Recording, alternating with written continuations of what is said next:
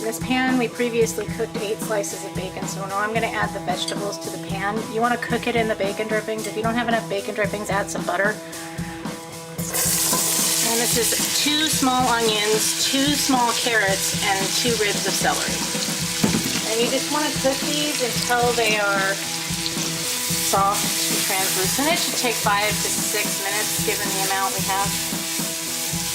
So we've added 4 cloves of garlic. Yeah, a small clove. So if you have 2 enormous cloves, use that. You don't need, it's not garlic soup. Add a tablespoon of fresh thyme. Sprinkle it in, stir it up.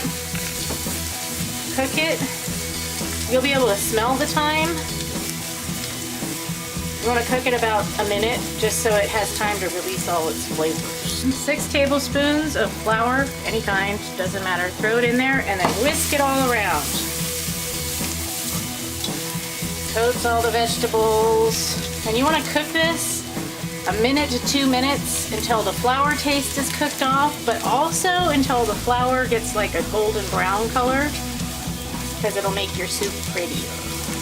And then you piss off your cameraman. But it's okay, because when your cameraman loves you, he just readjusts and doesn't make faces. No, if y'all could see the cameraman, you should see his face. See my wrist.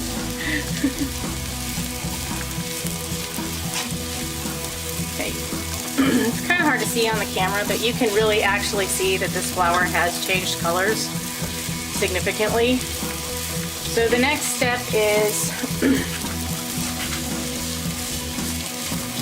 you take 2 cups of milk, and we're using not whole milk.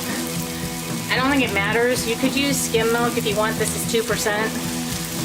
Gotta cut the calories in this somewhere. Clam chowder isn't exactly non-fat.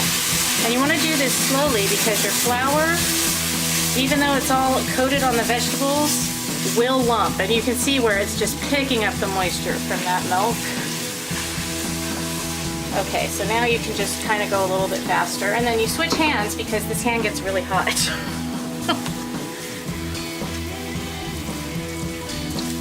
Okay, and you just want to whisk this together so that you're not going to have any lumps then. And you can see what the flour does. I mean, that was 2% milk, so that's definitely not the consistency of 2% milk. Then you add 2 cups of chicken broth.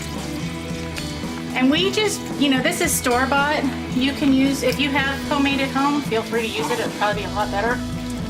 We don't have any right now. You just kind of stir all that in. Make sure there's no lumps from the flour. Those can sneak up on you. And then this is clam juice. Now we're using 4 cans of clams, 6.5 ounces or 6 1/4 ounces. This is the reserve clam juice from that. This is very important. It's about 2 cups. And you just add that in when you add the milk. And you can see it's really increased the liquid in the pan. And then I'm going to throw 2 bay leaves in here. And I'm just going to stir this. And it'll thicken as it cooks. So you want to let this simmer for a little while. And then we'll come back and add the potatoes.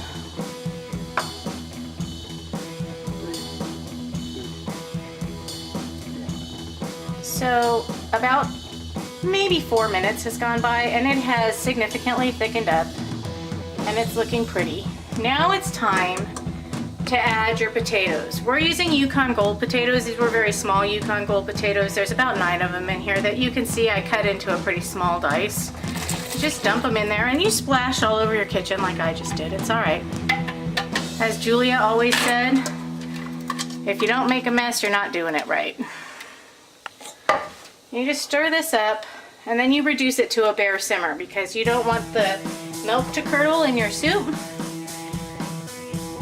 And you really just want to simmer these potatoes and let them go. Also, this is some pre-cooked bacon from the bacon grease that we used. I'm going to save some of it for garnish, but we like bacon in our clam chowder. So as you can see, I'm taking about 2/3 of it and I'm just adding it back to the soup right now at this point. so the bacon can soften again and it can allow its flavors to go in while the potatoes are cooking.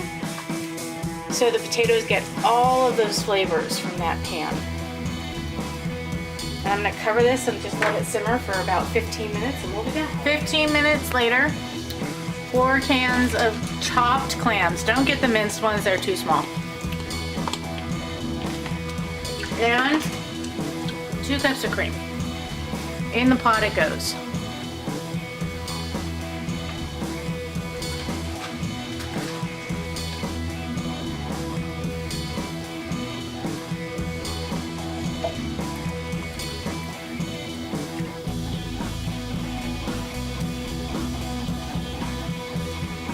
Bring this down to a simmer for a few minutes and let it simmer.